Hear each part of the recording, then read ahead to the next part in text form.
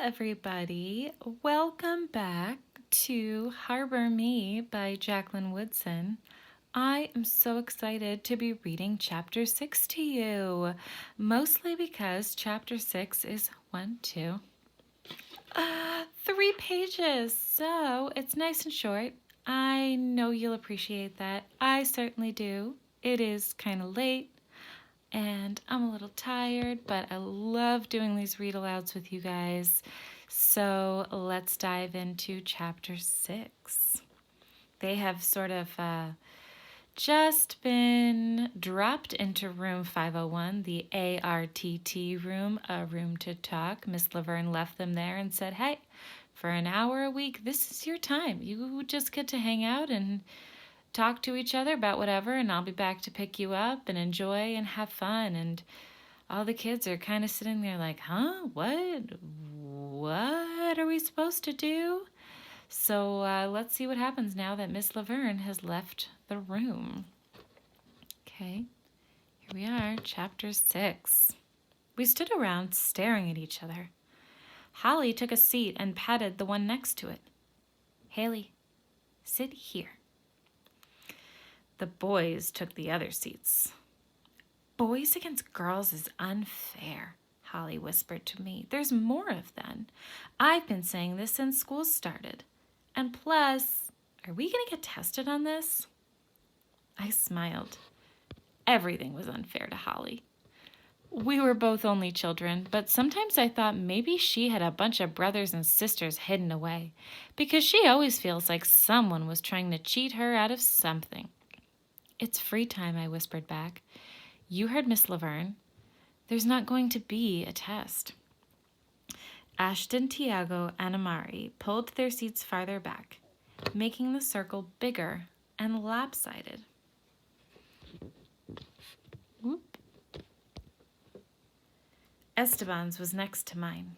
He sat down heavily, put his head on the arm of the desk, and closed his eyes. His lips were chapped, and he had tiny freckles over his nose that I hadn't noticed before. Remember, Esteban is still so sad because a couple of days earlier he came in and told the class, we think they took my Poppy, and he doesn't know where his father is, and now his family is preparing in case they have to leave very quickly. I think that first day in the ARTT room, we were all sure his dad would be back soon. Tomorrow, the next day, the next week. None of us really knew about forevers yet. We were still just learning how things could change in a minute. How you could be in the middle of putting plates on the table when the phone rings with bad news. Or how your mother could come in and kiss you goodnight, and when you ask, is Papi home yet? Your mother says no, but maybe he's working late. And then you wake up in the morning and run into the kitchen, and your father's empty dinner plate is still on the table. I thought about one of the stories my uncle liked to tell me. Before I went to sleep, he'd kiss my forehead and say, don't forget the happy ending. The story went like this. 2 kids got lost in a forest. First, they came to a snake and asked him the way to go. The snake said, freedom is through my lair. The kids knew they'd get eaten if they followed the snake. They came to a spider, and the spider said, freedom is in the center of my web. Well, they knew they'd get eaten there too. They came to a wolf, a grizzly, more snakes, and on it went. By the time they came to a wild boar, they were tired and hungry and scared. So when the wild boar said, freedom is inside the thicket of branches where I sleep, they followed him. They had given up and figured it would be fast and maybe not as painful to get eaten by a wild boar. But instead, the wild boar fed them apples and honey. And when their bellies were full and their eyes grew heavy, the wild boar covered them with blankets made of leaves stitched together with vines and watched over them while they slept.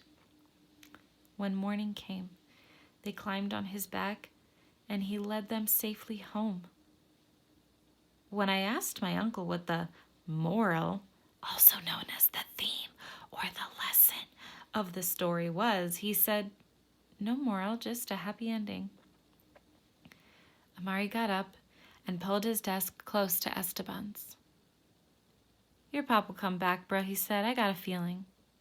Back then, we all still believed in happy endings. None of us knew yet how many endings and beginnings one story could have. All right, folks. Well, that is all for today. Make sure that you do your homework, your writing assignments, and we will pick up Harbor Me again on Monday. Bye.